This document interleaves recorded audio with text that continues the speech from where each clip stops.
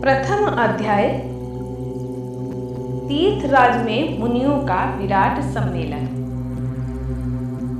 श्री व्यास जी कहते हैं, एक समय श्री गंगा और कालिंदी के संगम महाक्षेत्र परम पावन प्रयाग में जब मुनियों ने अपना एक विराट सम्मेलन किया, तब महर्षि व्यास शिष्य परम पौराणिक सूत जी के आने पर सभी लोगों ने अपने अपने स्थानों से उठकर उनकी यथोचित अभ्यर्थना की।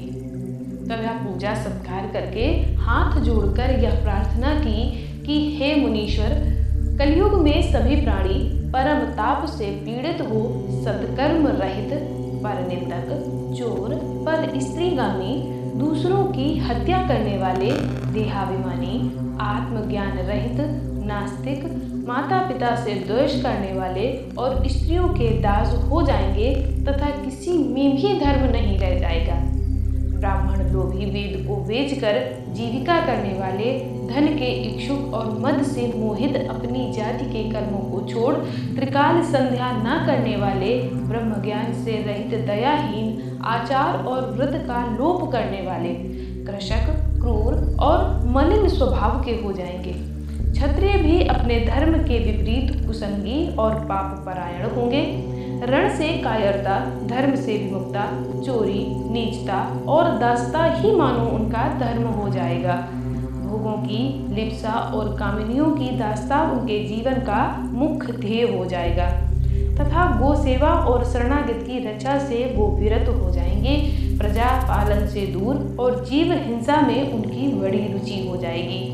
इस प्रकार वैश्य भी संस्कारहीन, अपने धर्म से रहित, कुमार्गी और जैसे भी हो डंडी मारकर केवल धन कमाना ही अपना मुख्य धर्म समझेंगे और वे भी किसी अन्य की ओर कदापि ध्यान नहीं देंगे। वे गुरु, देवता और ब्राह्मणों से रहित, कामी, मलिन, आशय वाले, मोहाक्षण और परम लोभी होंगे।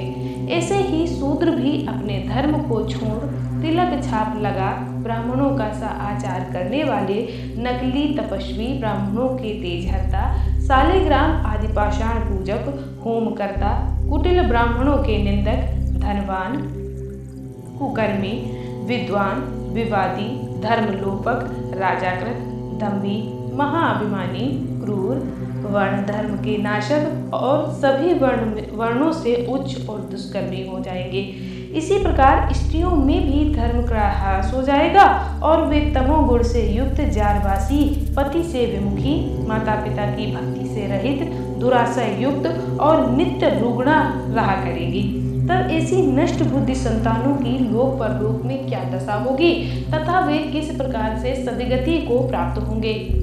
हे सूत जी, इस सम्मेलन में आप इस प्रकार पर प्रकाश डालिए, क्योंकि हम लोगों को इसी बात की बड़ी चिंता है कि जगत की आगे क्या दुर्दशा होगी। परोपकार से बढ़कर दूसरा धर्म नहीं है, अतः इसके लिए जो सर्व सिद्धांतों से मान्य हो, ऐसी कोई सरल युक्ति आप बतलाने की कृपा कीजिए। व्यास जी कहते हैं कि मुनियों की ऐसी बात सुनकर परम पौराणिक सूत जी अपने मन में भगवान शंकर का ध्यान करते हुए बोले। शिव पुराण की महिमा और संहिताओं के भेद। सूत जी बोले, हे मुनीश्वरों, यह आपने त्रिलोक हितकारी बड़ा अच्छा प्रश्न किया है।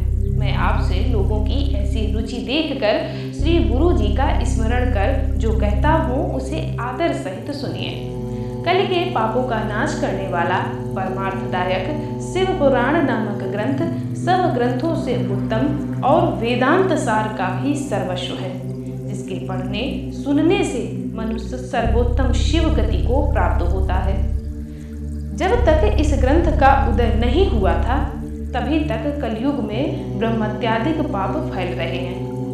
शास्त्रों के झगड़े, नाना प्रकार के उत्पात, कुरियम के भटों की निर्भयता, तीर्थों का विवाद, सत्य, दान और देवताओं की मान्यता संबंधी विवाद तभी तक महीतल पर हो रहे हैं जब तक श्री शिव पुराण का पृथ्वी पर उदय नहीं होता। जब यह प्रत्यक्ष हो जाएगा, तब शास्त्रों के परस्पर झगड़े आदि सभी इसकी गर्जना से समाप्त हो जाएंगे, क्योंकि भगवान वेद व्यास के कहे हुए इस पुराण का बहुत महत्व है। इसके कीर्तन और श्रवण से जो फल प्राप्त होता है वह सबका सब तो मैं नहीं कह सकता, लेकिन उसका कुछ महत्व मैं आप लोगों से कहता हूँ, ध्यान देकर सुनिए। इसमें मैं अपनी ओर से कुछ भी नहीं कहूँगा, जो व्यास जी ने कहा है वही कहूँगा। व्यास जी ने कहा कि यदि शिव पुराण का एक या आधा श्लोक भी कोई पढ़ेगा तो वह पाप से छूट जाएगा, और यदि सावधानी से संपूर्ण पढ़े तो जीवन मुक्त हो जाएगा, और इसके अनुसार आचरण करे तो एक एक दिन में एक एक अश्वमेध का फल पावेगा। यदि कोई दूसरे भी शिव पुराण की पूजा कर दे तो वह सब देवताओं की पूजा के समान फल प्राप्त करे, इसमें कोई संदेह नहीं है, क्योंकि शिव संहिता नामक इस सुधा को स्वयं श्री शिव भगवान ने उपनिषद रूपी समुद्र को मथ कर उसमें से निकाला है। अतः जो इसको पान करेगा वह निश्चय ही अमर हो जाएगा। यदि कोई एक मास इसे पढ़े तो ब्रह्मादिक पापों से भी वह मुक्त हो जाएगा, और शिवालय में या बिल्व के वन में जो इस संहिता को पढ़ेगा वह अद्भुत फल का लाभ करेगा। जो श्री भैरव जी की मूर्ति के सामने इसका 3 बार पाठ करता है उसके सभी मनोरथ पूर्ण होते हैं। यदि चतुर्थी के दिन निराहार रहकर बिल्व के मूल में बैठकर इसे पढ़ें तो शिव जी की पूजा के समान और उसकी देवता भी पूजा करते हैं। इसमें शिव जी के दिए हुए अर्थ, धर्म, काम और मोक्ष चारों पदार्थों का विवेचन और उनकी प्राप्ति के उपाय तथा शिव जी की लीला और विज्ञान सब कुछ निहित है। अतएव यह सब प्रकार से आदरणीय है। वेद और श्री ब्रह्मा जी की सम्मति के अनुसार श्री शिव जी ने ही पहले इस शिव पुराण की रचना की थी, जिसमें विंध्येश्वर संहिता, रुद्र संहिता, विनायक संहिता, उमा संहिता, मातृ संहिता, एकादश रुद्र संहिता, कैलाश संहिता, शतरुद्र संहिता, कोटि रुद्र संहिता, सहस्त्र कोट रुद्र संहिता, वायवीय संहिता और धर्म संहिता, इतनी संहिताएं इस पुराण में सम्मिलित हैं। ये सभी पुण्योत्तर हैं। इनमें विंध्येश्वर, रुद्र और विनायक ये तीनों संहिताएं 10-10 हजार तथा उमा और मातृ ये दोनों 8-8 हजार और एकादश रुद्र संहिता में 13,000, कैलाश संहिता में 6,000, शतरुद्र 3,000, कोटि रुद्र 9,000, सहस्त्र कोटि रुद्र 11,000, वैवीय संहिता 10,000 और धर्म संहिता 12,000। कुल 1,00,000 श्लोकों का यह शिव पुराण है, परंतु इसे शिव जी ने अब केवल 24,000 का ही सबके लिए रख दिया है और पुराणों में यह चौथा पुराण कहा जाता है। परंतु अब इसमें 7 संहिताएं ही प्रधान हैं, अन्यथा सृष्टि के आरंभ में शिव जी ने इसे 100 करोड़ श्लोकों में कहा था। अब यह 24,000 संख्याओं वाला शिव पुराण केवल इन 7 संहिताओं में ही शेष रह गया है।